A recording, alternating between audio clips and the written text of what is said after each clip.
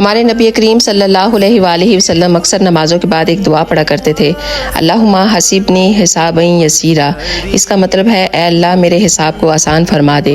تو ایک مرتبہ حضرت عائشہ نے آپ کو اس دعا کو پڑھتے ہوئے سنا تو انہوں نے پوچھا، یا رسول اللہ، حساب کے آسان ہونے کا کیا مطلب ہے؟ حضور نے فرمایا کہ کل قیامت کے دن اللہ تعالیٰ بندے کے نامہ اعمال کو دیکھ کر اسے معاف فرما دے۔ اگر کسی بندے کا حساب و کتاب اللہ تعالیٰ لینے لگ جائیں گے تو وہ شخص مشکل میں پھنس جائے گا۔ تو دوستو، مرنا تو ہم سب نہیں ہے، قبر کا عالم ہے، میدان محشر کا منظر ہے۔ اگر ہم یہ چاہتے ہیں کہ اللہ تعالیٰ ہمارے ساتھ بھی نرمی کا معاملہ کرے اور ہم سے بھی حساب و کتاب نہ لے کر اللہ تعالیٰ ہمیں معاف فرما دے اور جنت میں داخل فرما دے، تو آپ بھی ہر نماز کے بعد کم از کم ایک مرتبہ اس دعا کو ضرور پڑھا کریں، اللہم حسبنی حسابا یسیرا۔ اور اس ویڈیو کو زیادہ سے زیادہ شیئر کریں تاکہ زیادہ سے زیادہ لوگ اس پر عمل کر سکیں۔ جزاک اللہ خیر۔